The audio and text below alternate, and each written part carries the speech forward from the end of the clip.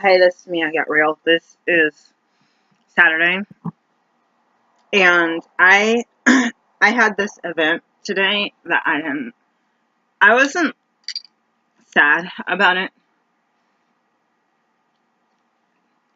but in the past I had some events that were not that fun. But I found a way, like, I don't know, I found a way, like, time your bathroom breaks, I guess, wisely, kind of thing. Um, I was driving. Well, I thought my phone didn't work, so I don't have a phone that really works. Um, And yeah, I was gonna say maybe my old flip phones, but why did I have to get new flip? I would be using a flip phone if they still work. Those all broke um, as well. Just stopped working. Today is Saturday. What's the date? 9/30, 2017. The rent is due tomorrow, and I don't have the rent. So how much plasma can I get by the 4th? I don't even know. Last time I went to go get plasma, my veins were too small, so I was like, ah. And I have, like, allergies, and I'm really afraid of things that people put back into my body. Because I have reactions, and I don't have that EpiPen, and I'm, like, alone a lot. And I remember when my grandma was having a procedure or testing, and she needed to get some medicine and stuff. And my mom sent me over to the house to keep an eye on her and help her lift stuff and keep an eye and make sure she didn't, like, I don't know, collapse or whatever with medication, act crazy, hurt herself or whatever it was. And that was, like, one of the few times I just felt honored to be able to take care of somebody else besides my dog. I had a dog when I was in 8th grade. She was a puppy, 8 weeks exactly when I got her, and that was my dog. And the last time I tried to adopt a dog, they were like, "You're not a good qualified candidate because you're a single mom of 2 teenagers." And both teenagers were at home in web school and homeschool, and my work in my school was up the street. I don't know, if you really drove like a normal person 7 minutes away, so say 10 minutes for me, literally. In my classes, I was doing, like, I think at the time, what was I doing, like, half credit hours or less, something like that. It was so stupid, because it's like, you have, like, responsible kids at home, and a fenced backyard. I don't know many stay-at-home moms, I don't know many people that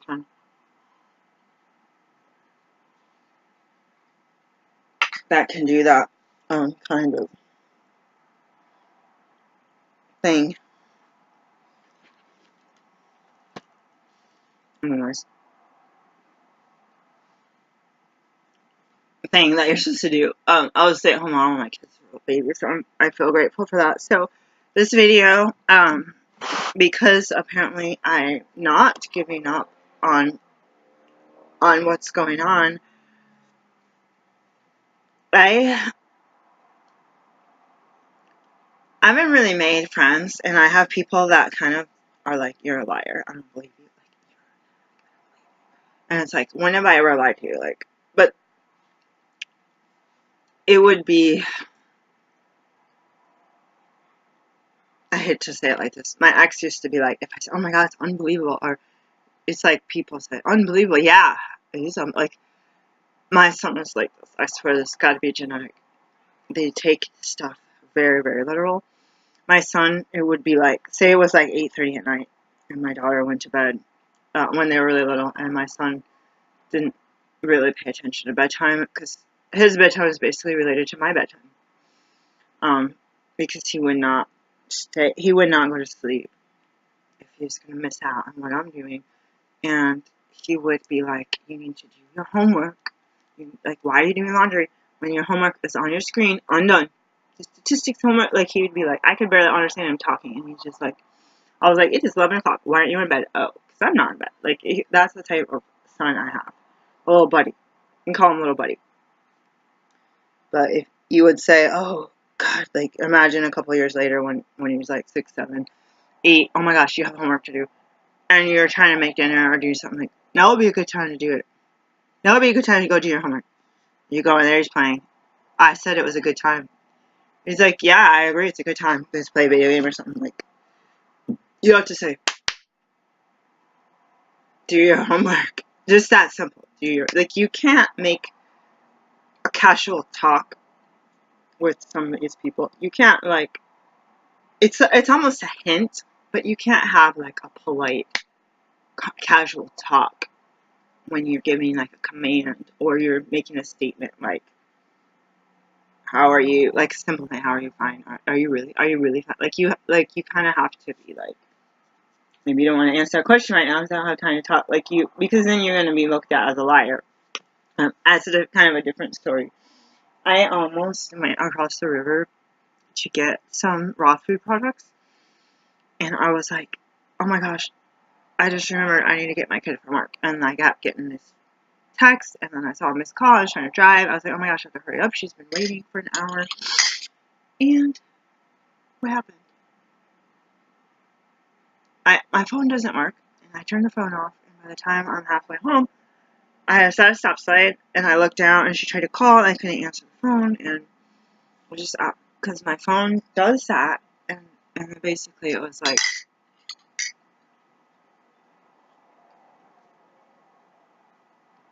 it's basically like, oh shoot, I just remember, I had to do research for somebody.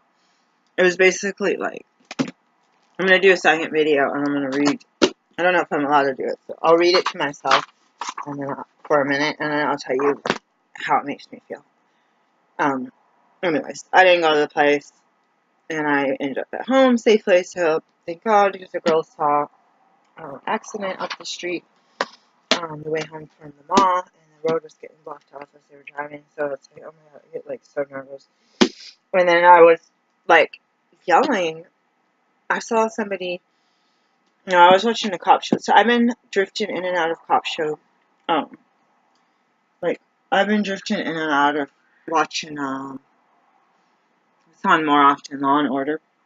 I call it Law and Order, like Law and Order, like fish and chips. I was just like, I was really tired. My kid went to school every day and or work, and I've been doing Medscape and other classes in order to get in first aid to get my CE.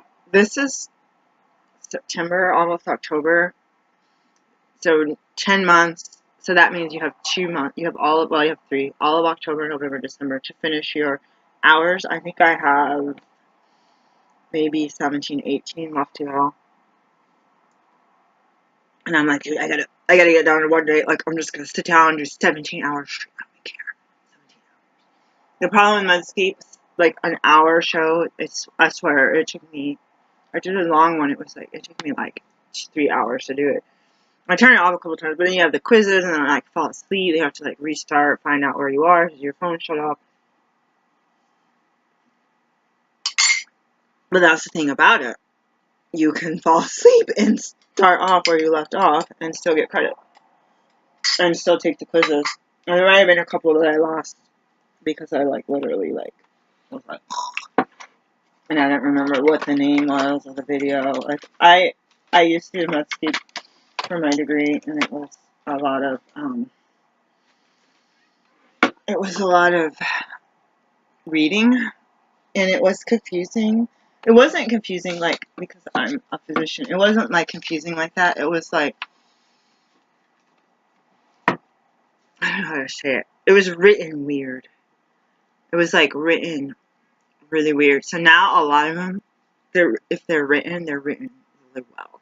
I will say like thank you. Either that or my brain changed. I haven't done any births in over a year, and I'm not necessarily getting a ton of more sleep. But I think my brain is adapting to doing to getting some of the detox stuff going. Not even on purpose really, but just getting on that. So I really thank them, and the videos also, and I might be just getting back into like being relaxed about stuff. If you're like, oh my God, it's like March, and I have like 20 like 50. I thought I had 60 hours. Maybe that's what I meant. It's like, oh my god, it's March. I have only like, 7 months left to do this. Now, what did we think we were going to do? I'm trying to like break this tip off. What did we think we were going to do when we graduated from college? So when you're a student, you have a couple free, maybe one or two, a couple free CEs during the school year. And because you don't need CE, oh my god, this is freaking me out. Because you don't need CE when you're in college, unless you're going to get licensed that year. Like, if I'm going to graduate in April and I get licensed in October, then you kind of, I guess it's still waived, isn't it? So you can wait till December. You can get, I'm just making sure, because I usually don't. I have to careless like that. It was weird. I shouldn't melt this down.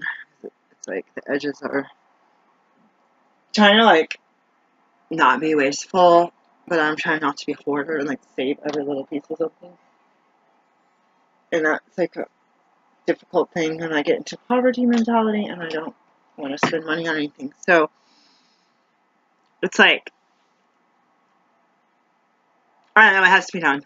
Like right now, literally like the 29th, 30th, as long as my computer works, I could literally sit down and either buy or watch 24 hours of video, 20 hours of video, and submit it by fax by December 31st, 2017. Like technically I could wait. And like you could literally wait. Like, oh, I have 20 hours left. People do that. I was on a board of this place and they were putting out CE, and we had the executive director be like, yeah, literally you're getting messages and emails midnight or right before midnight on the 31st because people need to get their hours. They need to get those last hours for CE. So I thought I would be going to these conferences. Like they have, if you're a student, it might be free or it might be like $30. But if you're like a professional, then that's when it's like early bird $275, late like a second early bird, whatever one is. The next early bird, like say 300 or whatever. $275, 300, and the next one's like 350. Pay at the door, 350. Like, oh my god, you would think as a physician you would have 350. Like you could budget for it and supposedly get enough money in a year that you could actually count that for some of your tax write-offs.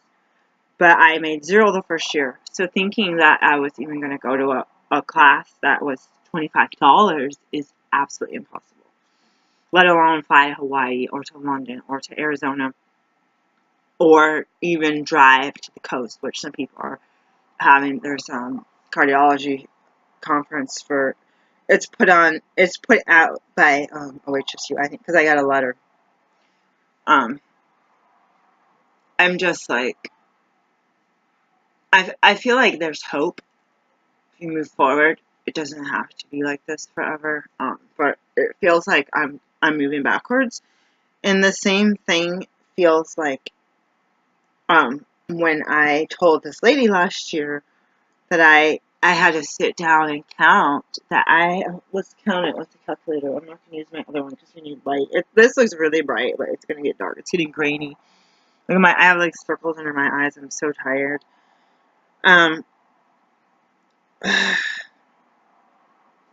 Marshall. Neighborhood is that, man. Alright, so I have a calculator here. So basically, it's like this. It's like, I'm going to start crying.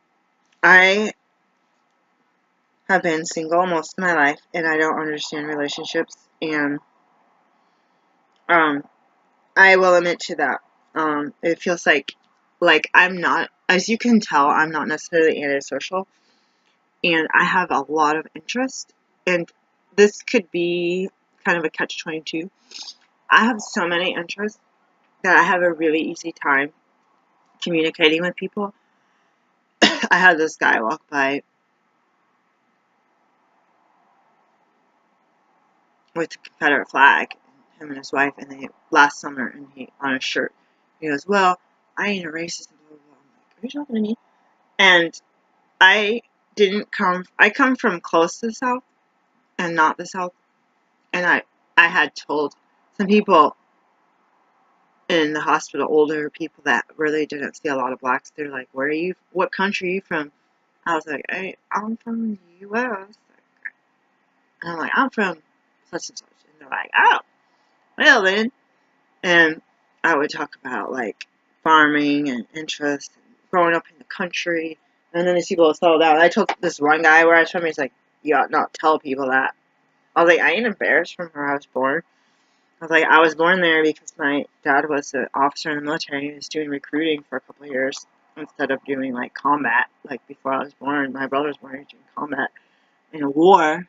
Like I'd rather say I was born here because it was like a somewhat peaceful time." And then we moved to northern Michigan, not the UP, the northern part of the lower peninsula, and it was a small town. So none of the guys, like I want to remember how old I am and how old I was. None of the boys in school liked me at all. And there was a couple of guys, like stragglers, like I'd meet, like I'd see them somewhere. Like there's one guy I was walking my dog or something at the base beach, and him and somebody, his dad or someone, was driving there, and he got out. I don't know if he got out of the car, but I just remember talking to him, getting his number, and I was really creeped out. And isn't it like that though? A lot, like you think this guy's fun or like shy and cute or whatever, but then they call you a couple times and you're kind of like freak out. Like you're just like, oh my god, it's too much. It's too pushy. But then, like, when is it when? Or it could be vice versa. Oh, somebody says, "Oh, here's my number, call me," and I call them, and they're just like, "Well, if she's too pushy, I'm not gonna, like, I don't know you," like, walking down the street. When does it really happen that people are compatible? I know a lot of people that have a lot of more relationships. Now, I'm really, like, sensitive, and I don't like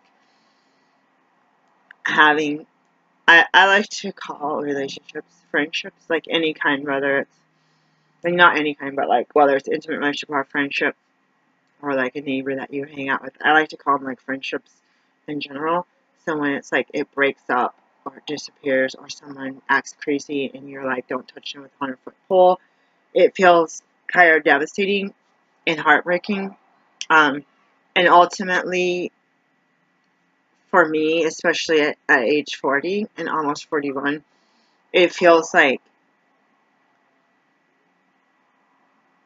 it feels like it's what one way or another, whether it's me or whether it's them, you feel like if you trust in God, like if you let God to control your friendships and you let your inner voice tell you, it's for the better a lot of times. Sometimes there's a falling out, like this one lady from last year who would basically tell me a liar about everything that I said. And would you like my little boy says, "You don't know me." He says a funny thing so fast, like stop fast thinking. And I'm like, "You don't know me." It's like, I just, like, I always wanted to bend over backwards and not offend somebody. So it'd be like that person that breaks down your door with a gun in your head. You're like, oh, you might want to point that a little bit lower. That would be more effective. Like, you literally, like, I do that in tennis. I would hit the ball right at the racket. They could just be sitting there with their eyes closed or sitting backwards like this. I'd hit it right into that little bullseye. I was raised to be that way. And now I'm like my martial arts, like, I saw these girls in a magazine doing martial arts like this, and I cringed. But I was like, hey, they were in India or something. I got rid of the magazine. I kind of wanted to let my kid read it, but I was like, there's a lot of really good pictures. I just let it go. I let it go. I actually flipped through it and I let it go. I think this is the word, sensational. Again, like, using words, unbelievable, sensational. It's like it messes with your senses, and there's a reason that every one of those pictures is in there because it's designed for them. It's not an informative magazine. It's not a National Geographic. You're gonna pay for this magazine and get what you pay. It is give us money. There's people like I got a letter from these people like we're poor, give us money, and I've called in before and I was like I need help. I need something. Like, too bad, we're not gonna help you. So it works for one, not for the other. So I just did the math. I know it was 20 years. It was 20 years last year, but I guess January 2018, it'll be 21 years. that I had a new person that I dated. And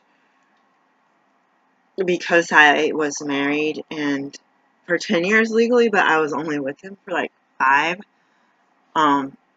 it was pretty much 5, 5.5, 6, maybe at the most 6 years I was actually like together.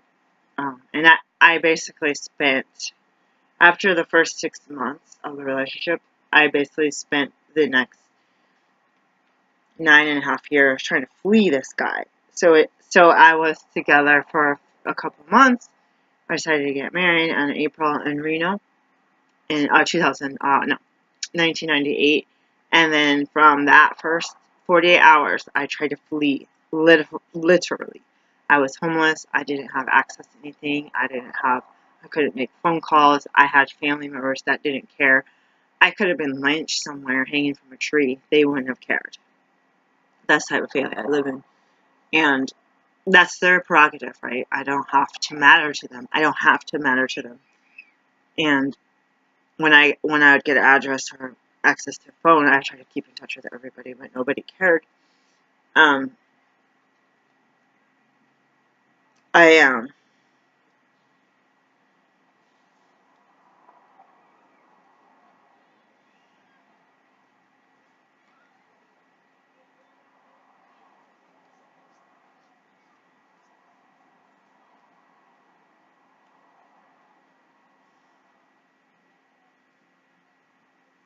I'm gonna text somebody and hold on to that thing. I don't take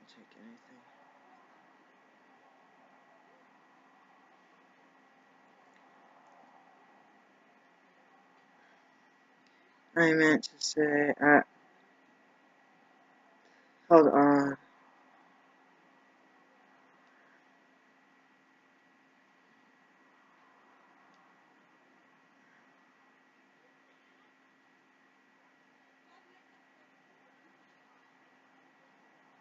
Let's say everything needs to be researched.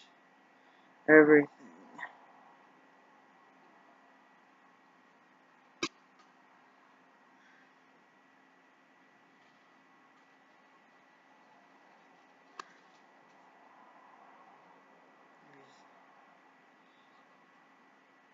This is what I like. Oh, I should really like. Oh, learn how to edit my videos. I'm gonna cut stuff like that out because I'm like, oh yeah, I do this one thing. Oh my god, let me walk out of the room and like go cook an egg for my kid real fast and leave the recorder running. So I'm normally right in the recording. It's like, ooh, it's like making my home room up here. Like I'm in like island. I was gonna say Hawaii, but I've never been to Hawaii, so I don't know. I've been to Florida. Not lately. 1998. So within 6 months, I was ready to flee, and I'm estimating so about October, November, December, January, February, March, April. So about 6, 7 months later, I was ready to flee this guy, and my mom and his mom had just died, and we were homeless. And it felt to my dog's decision not to leave this guy because there was some unity, like there was a protection in numbers, living out in the middle of the woods in the wild. It wasn't like a campground where you can see other people and go use a bathroom or outhouse. It was like literally wild America. It was really, really scary, really dangerous. We've had flat tires, we've had injuries, we had injuries and sicknesses and near-death experiences.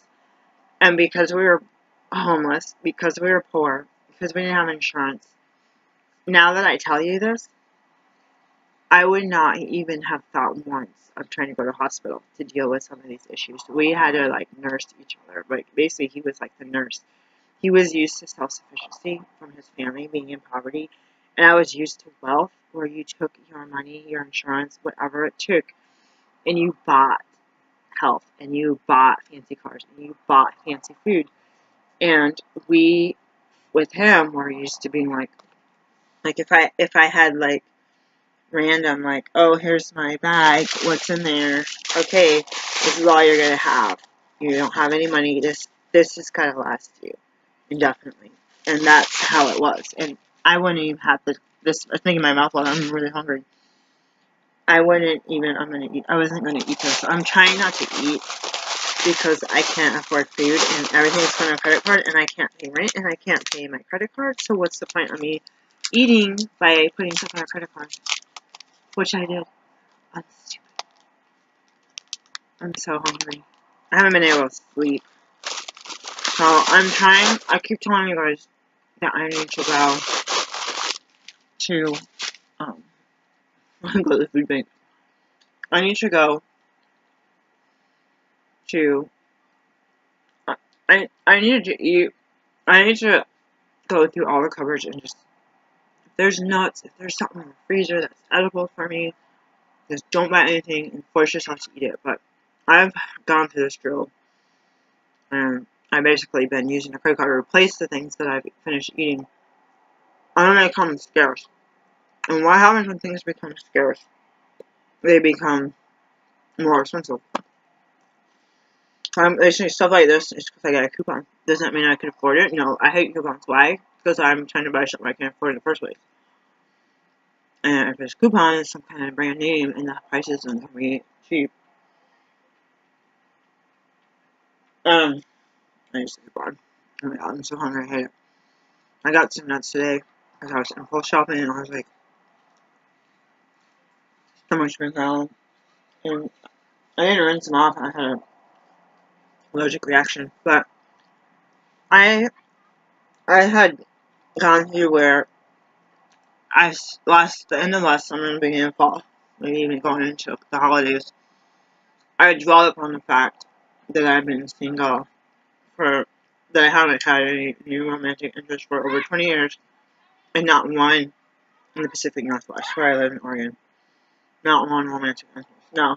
Yesterday I went to work at a different store, and this guy was like, oh, I'll buy you lunch. I'm like, are you kidding me? They're like, well, I had to take a quick break in 45 minutes. I had to do something. Then I'm actually going to take my actual break later, and I just walked away. And I heard him talk to his coworker at 45 minutes. Oh, but this guy's really excited. And I was going to say, this guy's not my type. But I'm like, wait, I don't have a type.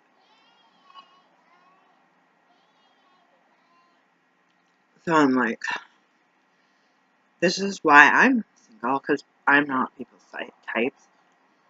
And I hate trying to force myself to be like, oh, I should be interested.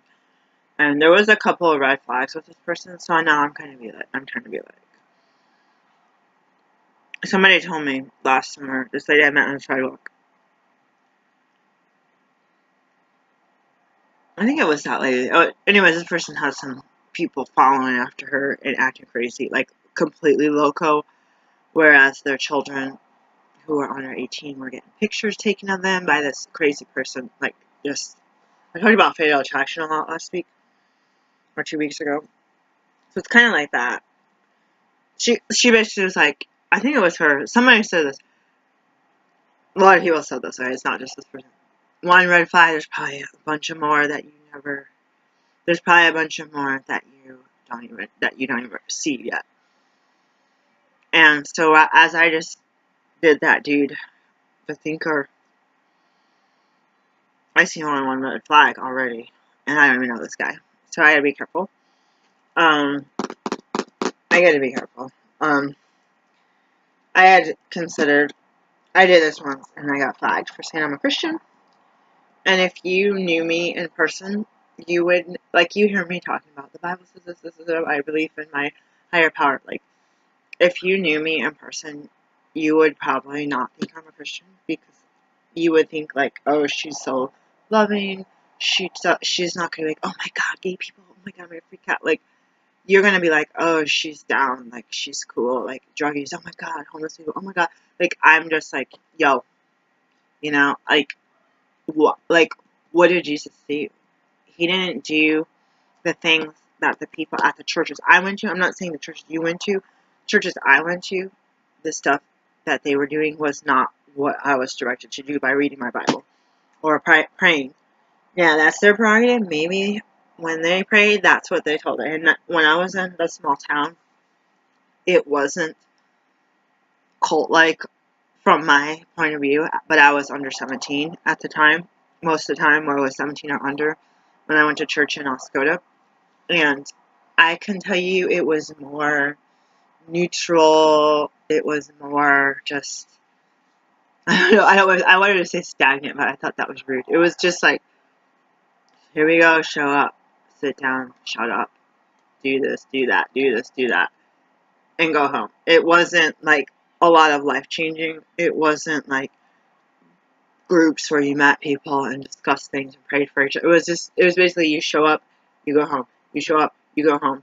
And I didn't, as a child, I don't remember taking anything home. I didn't think about holding the doors open for people. You know, that's the kind of stuff you learn in like Scouts or by watching movies of people or, you know, watching Leave It to Beaver where he's being kind of a perv. Oh, yes, Miss Beaver.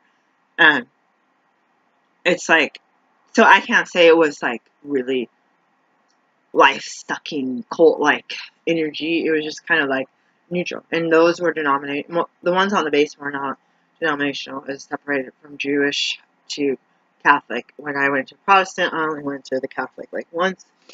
And then I went to Methodist, so I can't tell you about the other churches. There's some other churches me and my friend Carla went to, and I can't remember if it was a denomination, but that's back in the day.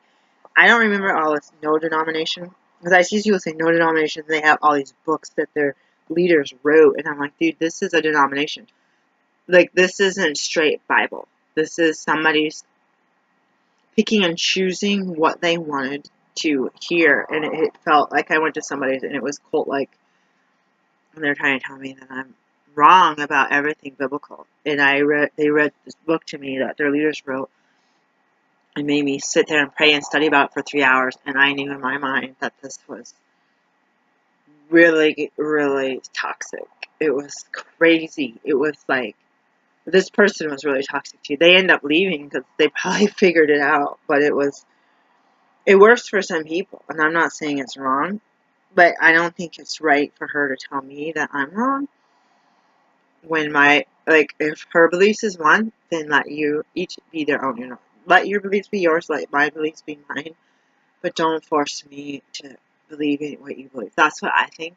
And I still think also that there's different paths that we take will lead to sometimes the same place, sometimes a different place. Sometimes it will lead, sometimes you're following a path of righteousness and your life falls apart in front of your eyes. And sometimes I feel like that. There's two people I know. That's a weird time of day to hear the bird outside my window. That's really weird. I'm going to put this up. My kids are like, oh my god, your room stinks. I just want to breathe this in, but I'm like, they don't want me to get cancer, and I'm like all freaked out because somehow you can get, they said that online, I looked up squamous cell carcinoma. Oh, is it squamous cell? No, don't quote me on that. I looked up briefly. They said that people that smoked had a lesser incidence cancer when they burn insulin. Like, that's weird. It's like an inverse relationship. That smells so good. Oh my god. I think it's the sandalwood. So, I'm going to read a little bit and I will come back and I'm going to surprise you. It'll be a second for you. Okay, I'm back. So I read one page of this book, so if that's the surprise, I changed my mind. This is the Everest book. I think it's from 1984. Oh, Mountain Without Mercy by Broughton Coburn. Speaking of National Geographic, this is one of the few books I bought with my obsession last year of Everest. I bought this at the Goodwill, and I haven't finished it, surprisingly. I'm not even halfway done. I think I started from the back. And I made myself stop reading the back. It spoils that big thing that happened. One of the big things. So, what I just read is directly correlated. It is a coincidence. I wanted to reflect on it. I was talking about Tibet and some of the monks. And I told myself I was going to look back, just do it from memory, from some town, so between Kathmandu and Everest. And that people had more money, so they could send more monks. So there's more monks. Was it 25 or 35? This book is kind of old. And talking about Sherpas and talking about the Buddhists and talking about China having had China taken over. But they basically had a picture of, was it a tiger? Of goddess who rides a tiger over Everest. So speaking of saying it's not like, because I want to say, oh, this is my belief, because I know people that don't have beliefs, or they don't believe in a power greater than themselves. That's their prerogative, but some people want to know more, so that's why I share with you. Some people want to know more about what other people are doing. Living where I live now, a lot of people were really against me when I was going to churches. They were really,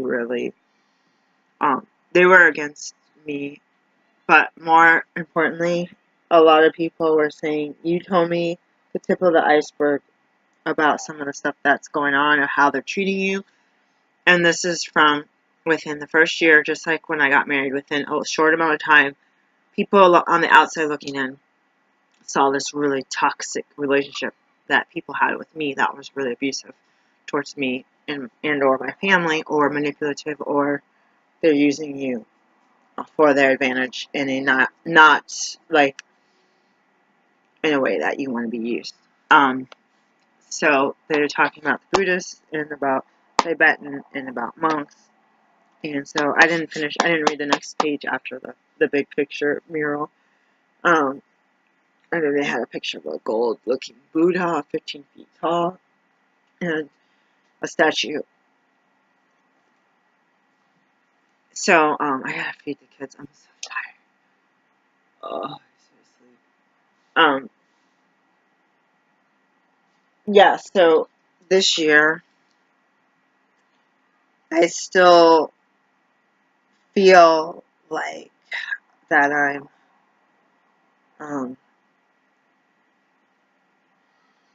I still feel like that I'm still believe the same belief.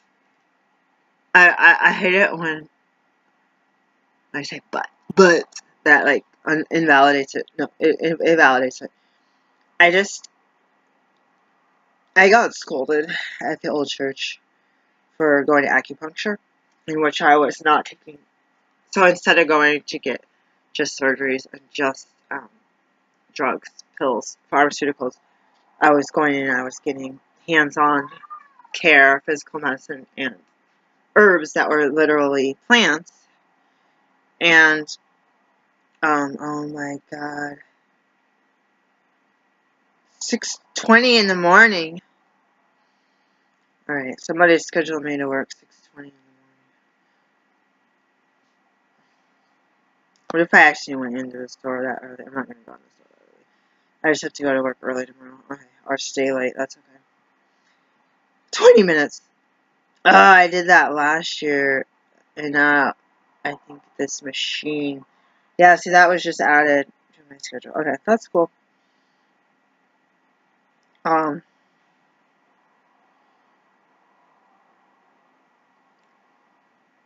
gotta check and make sure that that I know which location I'm going to.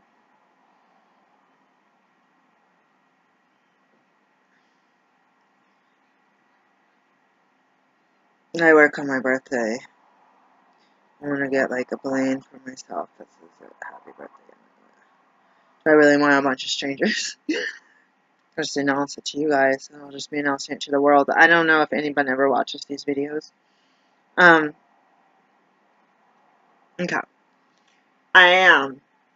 I gotta go. I gotta go put this thing in here because it's a time sensitive. What time is it? 6:07.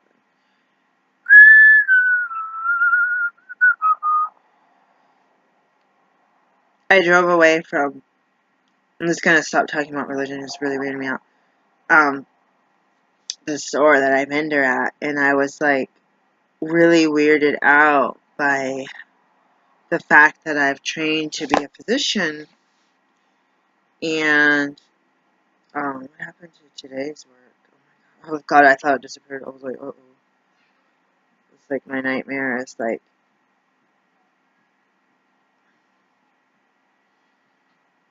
that they took it off my schedule, and I'm like, work anyways, and you're like crazy.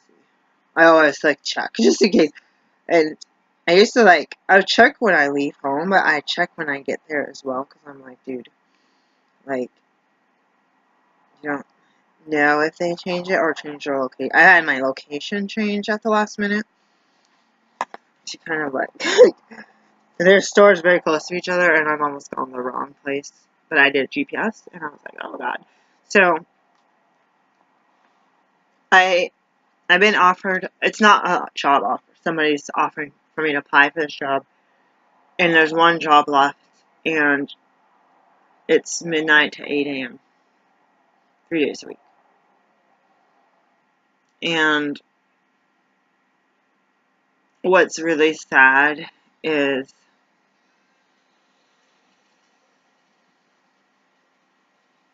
I would have to stop the hospital, and I'd have to work these 8 hours, and I sleep at midnight. I also have health issues, and the other job is from 4 a.m. to another time.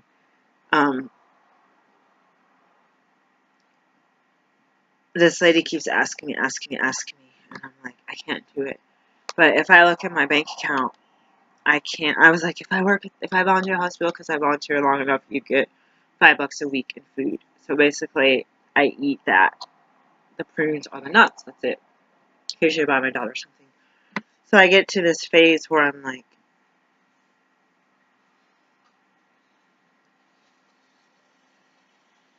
I'm really like already working 7 days a week. But if my legs give out, I can work from my bed. I won't be somewhere else.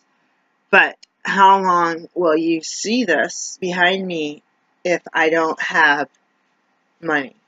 How long will I have electricity and internet if I don't pay the bill? How long will I have to say, oh my god, I gotta sell this computer for $20 and this what's left of this phone for $5 just to get gas in my car? Another day, hustling, another day. And so it's a decision that I'm making as I drove out of the parking lot today. Even if I got the maximum hours at my job, which was basically up to 4 days a week, and that's 5.5-hour shifts, and it's pretty low pay, higher than minimum wage, but it's low. And I went to school to be a doctor, and I went to school to be a full-time physician, and I went to school, and my business plan was to own my own place. And when my dad promised to pay the money for that, I had that plan. And when he said he didn't have the money, my backup plans became obsolete already. So I no longer had any choice but to go work another low-paying job, which actually paid $2 more an hour than this one. So, where does that leave you? Desperation. It doesn't even leave you with a day off. It doesn't even leave you, like, even if the children, one is over 18, receive child support, that would be a little nudge closer to getting the rent paid every month. And I'm telling you little because it was like $150 per child. A little more than $150. It was supposed to be. It was court ordered many years ago. It never got paid. It breaks my heart that everybody will let us live in severe poverty. But when you're the responsible, like you feel like, so everyone's telling me how irresponsible I am because my kid was wearing flip-flops for a year. I was like, at least he had those. Because if somebody gave us those last week we lived, they'd have these mandatory things, and sometimes we'd end up coming home with prizes and free stuff. They had these mandatory meetings that only like 7 of us would go to. The same 7 would be like, why is that? Like, there's like 121 apartments and a lot of married people, which both couples are supposed to go. It was really weird. And I was working and going to school. I guess other people got waivers. But I just wanted to say, besides the fact I need water soon, I'm about to fall asleep. I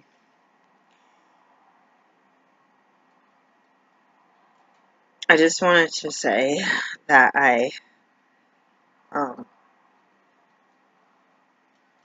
I'm pretty desperate right now because all of my savings has disappeared, and I don't, because of my business failing, it makes my income really low, and I don't even know if I'll get a tax return.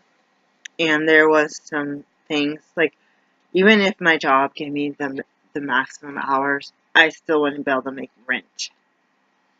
And if my business had made the hours to support its rent space rental, that doesn't even cover food, gas, toilet paper, electric, phone bills, all those oil changes. It doesn't cover. Like, I might be able to scrape together enough to buy the rent and keep pulling from savings. So you pull from savings and you can't refill it. It's not like, ooh, I get a bonus, I'm going to refill my savings. It's like you have nothing. You have nothing. And everything that is a credit card, or everything that's a bill or food is on a credit card. And I can't afford to let the balance go. I can't remember when I had lunch. I can't afford to let the balance go, because if I owe $1,000 and let's say it's like 20%, I can't pay. Isn't that $200 interest? No, I can't. Like, I can't even afford what I have now, let alone. So then, that's when I start talking about trying to get plasma, or and I haven't sold a thing in days on eBay. The last things I sold pretty much this full year have been a negative balance. And if you do apply for assistance and they think that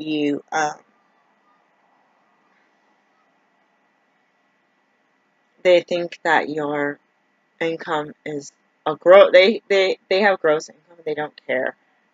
Like, if I had bought, say I had a store and I bought like all these gadgets for $10 a piece, and I end up selling them for $5 a piece and spending $10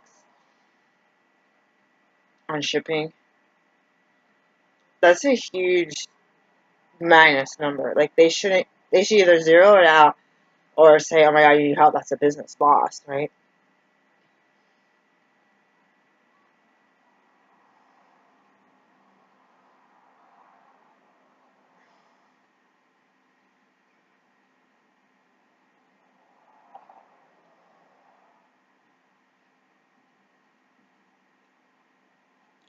So these questions are weird.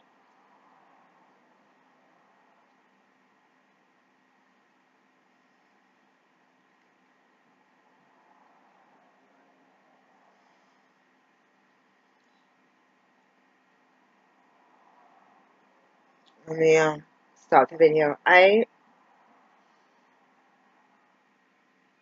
feel like, and this is kind of, people use the terminology luxury problem. I was just thinking in my mind, hey, as I get older, I get more and more broke, more and more in debt, more and more interest on my loan. But as I get older, I also go farther without having romantic interest or friends. But like these couple people I met, they both had 2 kids, and the 2 kids died, one of each, when they were young. And I have to be grateful today that I'm alive, because tomorrow I could just splurge and be like, I woke up and dreamed the lotto ticket, I'm gonna go play lotto. Like, you never know, something weird could happen. I woke up today. There's no telling that I'll wake up tomorrow.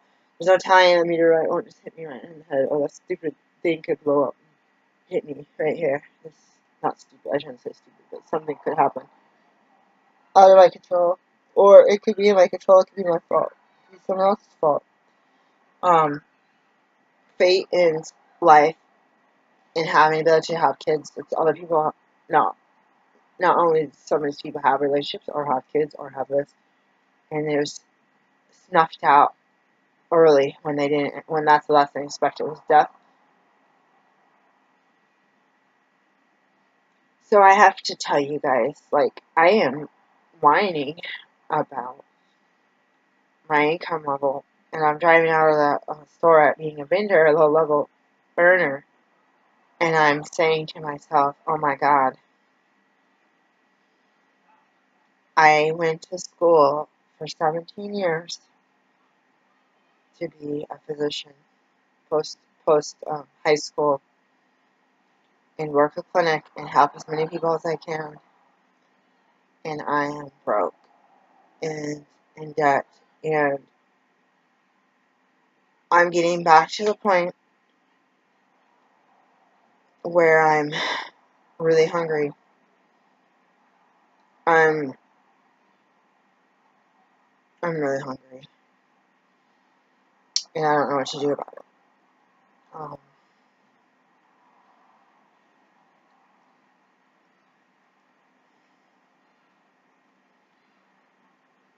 Do you ever like last year, two people in my housing and the food stamp, they made up numbers that were not accurate, and it caused us higher rent and lower support, and a lot of people would be against us.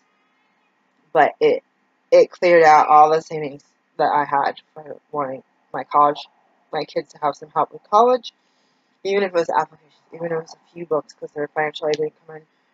And it also made my home ownership and any potential for the life insurance policy I was trying to start, or like pay back more of my loan, all of that, because it was falsely determined. It was like they made up something and basically called me a liar when I said it's inaccurate, and they threatened me. And the reason I bring this up, because if you're in a self-sufficiency program, you're not trying to be like bottle fed your whole life. You're trying to use that little savings so you can purchase a house. So when you could have purchased a house a few years ago, $650 a month. If I had that down payment, it literally would be that much. Even if I didn't have that down payment, it would still be $800 something a month. When you lose the ability to do that, then you are living on Section 8, paying $1,400, $1,500 a month. Like, I'm going to be telling you that I'm on Section 8 paying $1,500 a month, which is over double my income. So I could have gotten an apartment or a house from somebody for cheaper than that. Private person, a landlord, some place with a pool. I'm telling you, because I went to these places. They were a lot cheaper than this place. But because of my race, and sometimes because of my singleness, they won't let me stay in their house.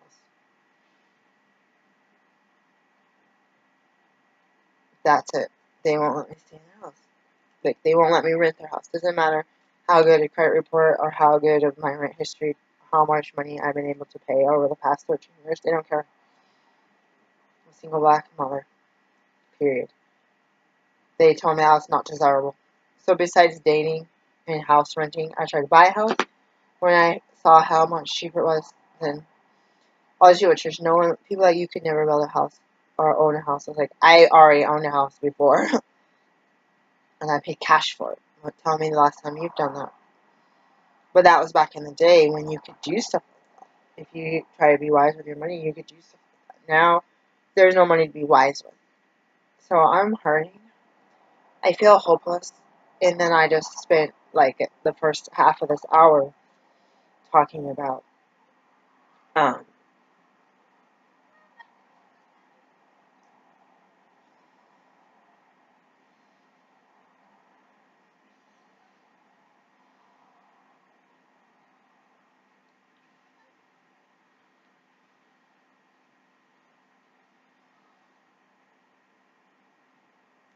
um,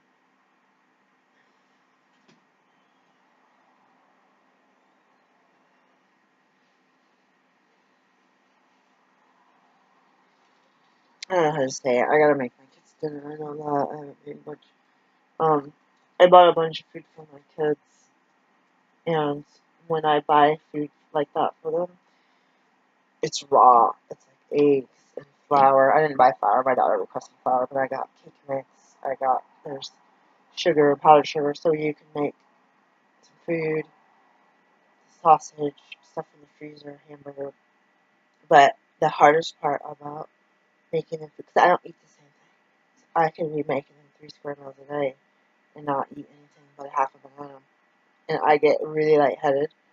When I cook, I get lightheaded. Even when I was eating cooked food, I would get lightheaded. Fried chicken is one of the, like, I'm going to pass out in the middle of it, and I have to go to bed until either turn the food off and let it be half raw and put it in the fridge and come back, or I'm like, kids, it's almost done. Here's a timer. Please use the oven mitt and let it heat for like 5 more minutes. Like, I don't know what it is. I think I'm allergic to chicken. And B blood for that Carol typing or whatever. But I feel like one of the biggest things for me is talking about my belief in my, trying to talk about gratitude and luxury problems. And I'm like, what is, you know, what is this? Speaking of, oh, someone just bought something. I think. Did they buy this today? Oh my god. This is kind of sad. This is one of my trinkets. I'm selling personal stuff. I have attachment to my items that I'm selling. Like, I'm not a reseller. 3 messages received. Oh my god, I just posted this yesterday. I'm not a, reseller. I'm selling my clothes. So everything you see me wearing, pretty much now is mended clothing that has holes in it. And I'm kind of feel like this is mended, and this has been missing the button that I've been too crazy to fix. Thank you, God. I think this would at least pay for the shipping. Everything that I bought, that I'm selling, I bought new pretty much, and it's really heartbreaking to know how much money I'm losing on it, how much fees I'm paying to get rid of it, and how much it's like costing me shipping and stuff. But I need to clear out my house, and it's actually fun to have a virtual yard sale every day. I really like to socialize. I just really love it. I love being around a lot of people. Like, I love learning about different cultures and different people. And I talked a lot about inferiority complex while I was in med school, because my classmate had brought that up. Why are us black people and other minorities, for her, that were already medical doctors, being treated so poorly because they felt like those recent people that graduated. And this is an individual thing. This is not by across the board, but some individuals may have felt intimidated by, where's my watch? Oh, by what they were experiencing, having somebody. If you're grading someone who's got a bajillion years more experience than you, our dean at the time, thank God. Some people didn't like some of the stuff she liked, but she, thank God, was able to be like a judge and hear both sides of the story. And I respect her for that. I don't think she's there right now. I felt in my mind, oh my God. Not in my mind, but she told my friend, you gotta keep it simple.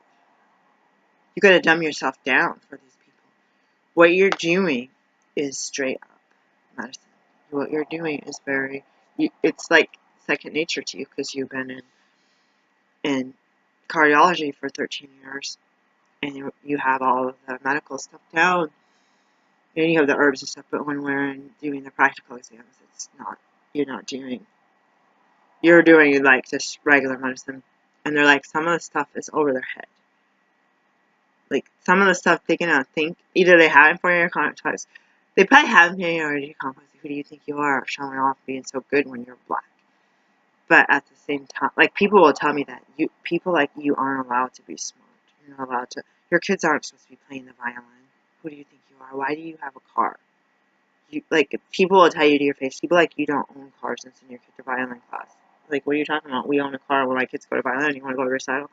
They'll tell you to your face. So that was kind of the story. Was it's over their head. They don't understand it. So I'm not trying to call people stupid. Some of it might have been over their head. So, but at the same time, they might have been like, how dare she? Basically, it's like job security. It's a job. It's not like allopathic school where residency everybody has it. It's like somebody could get booted out second year because somebody like that is doing such a great job. So it's kind of a good thing to say that just dumb yourself down. And I said, hey, this is my first time through medical school. This is your second time. Plus, you've been a teacher, so this is like you've seen it from both ends. I said I could teach you how to be dumb. I was like, study with me, and we'll keep it simple. Like, and I literally said that. I literally said that to more than one person that were MDs. I said, you guys have it, second nature, and I'm still like, okay, trying to do these little charms, trying to do these little things in my mind.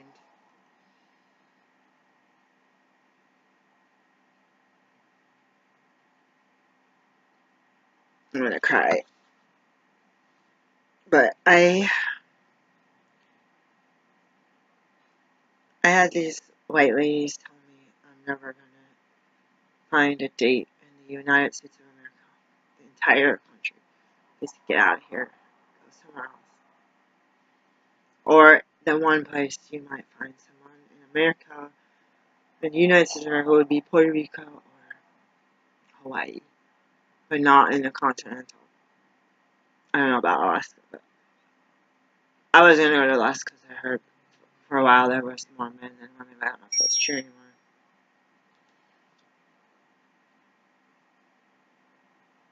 Doesn't matter. If everyone thinks I'm undesirable, it doesn't matter if there's 10,000 men and 3 women and I'm one of the 3.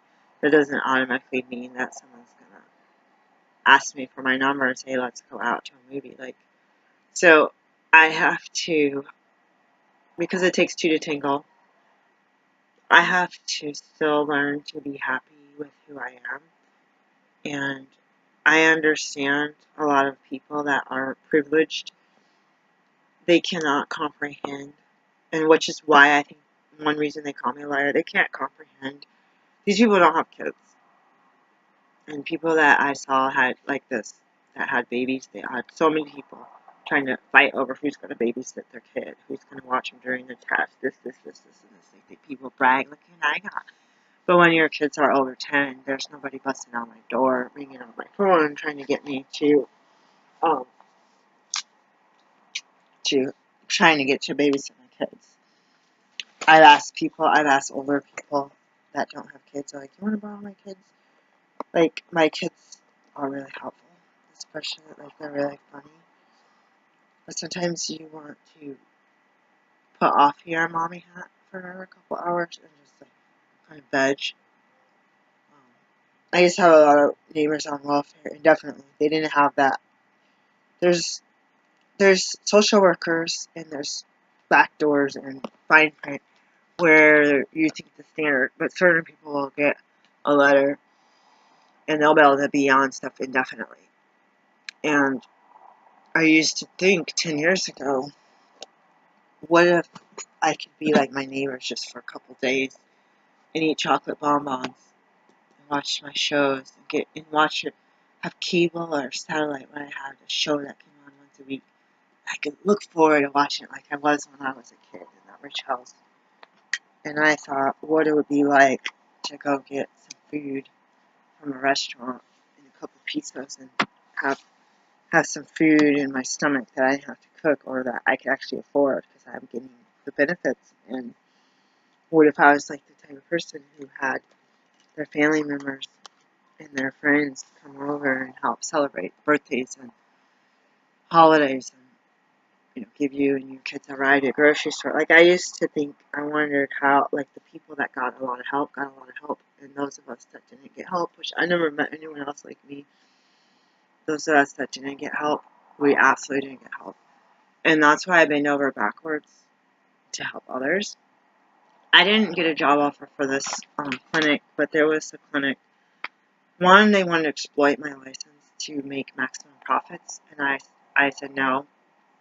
It was shady as heck, and that was, speaking of red flags.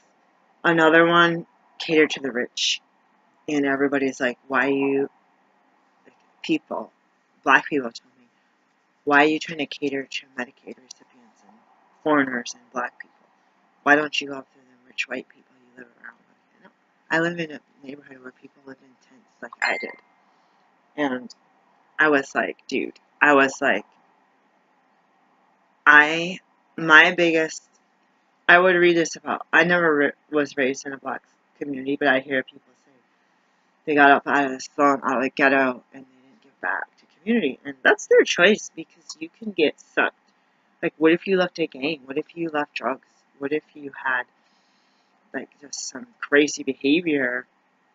Or are you gonna get beat up because you're walking around wearing a suit and tie? Like, I don't know, but there's gotta be reasons. And I'm like, in my mind, I'm like, I want to give back, not because it's my neighborhood I grew up. Nobody gives a rat's butt about me from the town I grew up in. I lived there from the 70s until the 90s. I have not one person who gives a rat's butt about me from that town. I'm so shocked. I thought I would have at least one person that I could communicate with from that town that I started preschool in. It's amazing how rejected I am from society. And what I wanted to give back was people that care about their health and don't want to be forced to do something and be told it's the only way. What I also want to be was, if you need a certain type of health care, and most people won't accept your insurance, especially for that specific type of health care, I wanted to be that provider. Just because I want to be that provider doesn't mean I'm going to get paid for it by insurance or by the people who promised to pay me cash, and I haven't gone into collections. You can't necessarily, if they've ever had the state insurance, then you have to, um,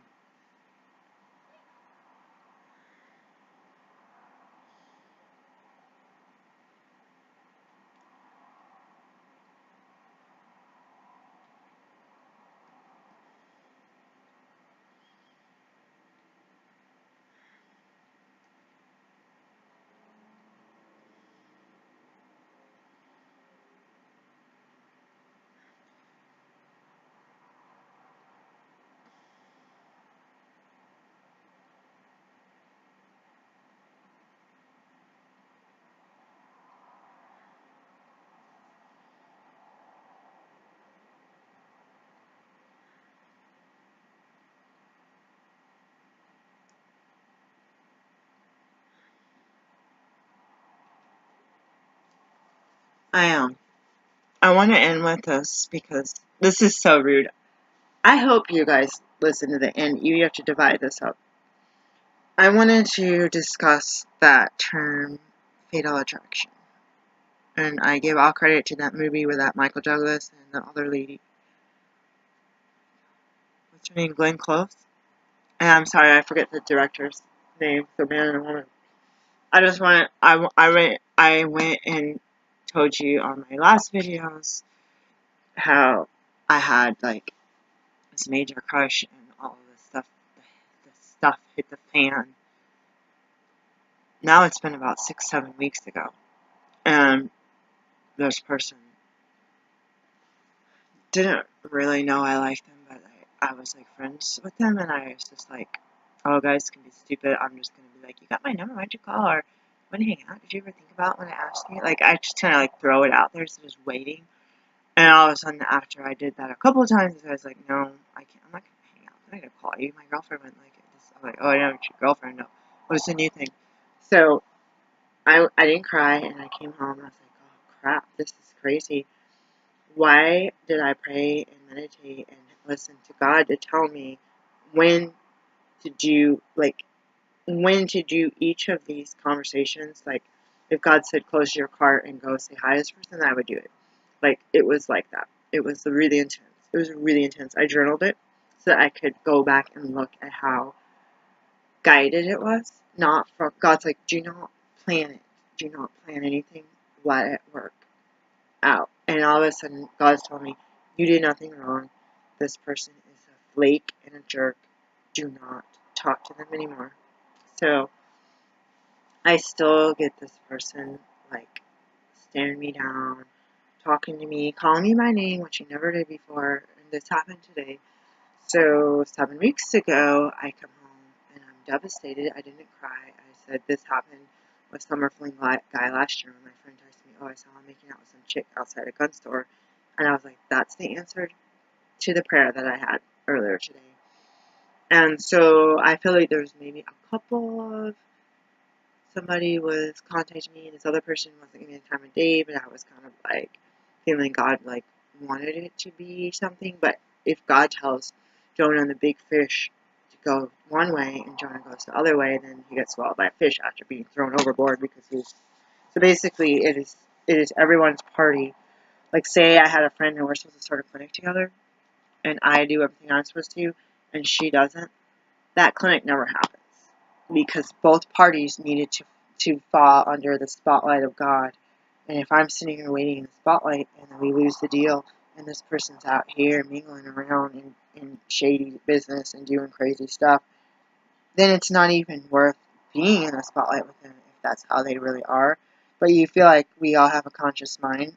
You know, some people could get in on, you know, selling crack or something. Like, oh, you want to make some money fat. Like, people have to make conscious decisions. It's not like you're born that way. It's not like that's how it's been since you were a teenager. It's like something happened, something came up, you were exposed to a certain person, that time, that place, and that happened. So I just wanted to throw that out there as I prayed, and that movie came to mind. And during my meditation, and I had never seen the movie. So I looked it up, and I didn't want to spoil it, and I borrowed it from the library. And I watched it once, and then I felt I had to go to bed. I was not feeling well, and I watched it the next day. I think I only watched it twice, and from the library. And God said, share this with your viewers. And I've been praying about it because for me, like when I got through med school, some of the stuff that was hard for me to memorize, I didn't do a lot. Like the younger students would do more in biology and stuff than in those anatomy and undergrad classes than I did. I was just brushing the surface. Like I learned more about trees and plants than anything, and more like decorative uses of stuff in agriculture uses, not like medical uses, which is one little sect of naturopathic school. A lot of it is just basically like allopathic medicine and anatomy and physiology and biochemistry. I never had touched or even heard of biochemistry before medical school. So that's the type of student I am. Fast learner, thank God. Thank God, knock on wood. I keep saying that I want to continue to be like that. So it was really weird having my higher power mentions the movie, and it's like praying it. So I told you about cartoons I used to memorize things. So movies, cartoons, rewatching True Romance, because for a minute my life was like a Quentin Tarantino movie. So when my life was very similar, is it Patricia Arquette's character and was it Christian Slater? Was it Christian Slater in that movie? Those two characters, and they were in Detroit when they met. It was very similar to when I started dating my husband, which is, I never dated, we never went to a movie once, but that's when we were homeless. I think it was really hot outside and we had to get out. I don't know if we actually, that seems weird because I wouldn't have left the animals in a camp. So maybe it was before, maybe we were driving, maybe we drove to see his dad in Arkansas or something. I don't know where that came from, but anyways, I think there's pretty much a time that we went to see a movie once, and that would be like the one time I went on a date. But I'm pretty sure I was homeless, so whatever. It could have been after the animals all disappeared. I don't know. I'm trying to figure that one out. Because I remember being in a parking garage of a mall, and I remember seeing a movie, and I remember being acting like an idiot inside the movie theater, and then I don't remember anything else. But I also spent a lot of time in parking garages visiting my mom in the hospital, so I don't remember. But the lesson was, it wasn't that I'm that lady. It wasn't that was like God's trying to teach me that. But God's telling me, be careful when you meet somebody and you talk to them and you kind of like, oh chum, you're funny, and you're like, oh shoot, you're married, oh shoot, you have a girlfriend, and it's just like, be careful, because there is that attraction, but like it's more like a combination of characters. Be careful. Be careful of someone who's flirting and going behind their partner's back to be close to you. And be careful, because people will snap and think they own you because you had that little bit of time together, or you laughed and traded phone numbers once. So that's where my meditation came in. Like meditation, and so I'm sharing it with you because I'm not really good at memorizing it, but when I say it out loud, I kind of get it back in my mind. I'm going to finish my call report right now, or I'll come back. I want to listen to what God has to say. But it's in a sick way, because I've been hurt so much as a child. My daughter told me in psychology class, if you're nurtured and loved, you expect that for the rest of your life. And then vice versa, if you're hurt and neglected and not taken care of, that's what you expect. So I feel like I'm attracting neglect. I'm attracting someone acts like they like you, and they give you your number and chase after you, and like this guy got really creepy, like started chasing after me a lot, and I was like, okay, that's like, it was like, okay, this is not fun anymore. But then I said, you know what, this is cute. This person is not harm. This person doesn't seem harmful.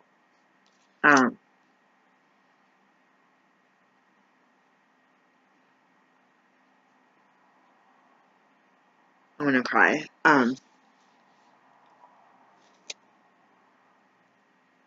I told my friend that I sensed an evil, like, spirit come across this person, and I felt it one day suddenly happen, and I noticed that it wasn't even a friendship. Like, it just, like a wave, like a tidal wave or something. A tsunami just wiped out the goodness in somebody and made it like that. But they also, to be susceptible, make decisions on whether or not they want to go on the path of darkness, and I'm not willing to compromise my belief in my higher power to go try to chase after someone.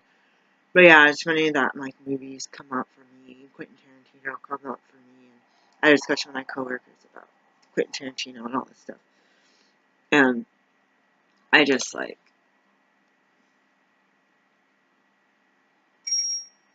so I said I could get along with a lot of people. I have to ship this item, and I'm kind of lazy. I'm like so lazy right now. I'm like so lazy. But this is just telling me that this thing sold. Yeah, I gotta do my report because it's not gonna save it. I just, about 2 weeks prior to this guy being like, don't talk to me, I'm not gonna talk to you because my girlfriend's gonna get mad. And after that, this guy has been bugging me, like, and I'm trying to be like, I don't see you. Like, why are you trying to get me beat up by your girlfriend? This is not, you're messing with me, big time. I don't like it. I don't like it. And I wanted to, I was like, if there's an opportunity, I'm gonna be like, stop talking to me. Like, you just told me not to talk to you, and now you're talking to me too much. Like, just leave it. Like, just let it go. Go be with your partner and take care of your life. I have to get on with mine, and right now I'm alone with my kids and my pets. I have to go my direction, and you're on your path. And like, there you go. May God hold you and bless you and keep you. And I'm just like, I don't want to have that kind of conversation. I know that last conversation I had was snip, it's done. Because I was basically kicked to the curb as a friend. And it's really embarrassing to, know that you never had any romantic interest in this entire state or part of the country. And it's really embarrassing to know that it's been over 20 years. And I think when I met the kid's dad, it was a matter of convenience because he had just become homeless right when we started like hanging out, and he basically moved in. So it was a matter of convenience. And then I became homeless, and it became a matter of survival. We watched these old Christian movies, Hallmark shows, and all this, where It's a marriage of convenience. It's not like, oh, we grew up in church together, our parents were good friends, and we were good friends, we played when we were a kid, now we fell in love. Like, no. It's like, oh my god, I'm gonna die if I'm not with this person. And then later on, those people would become abusers.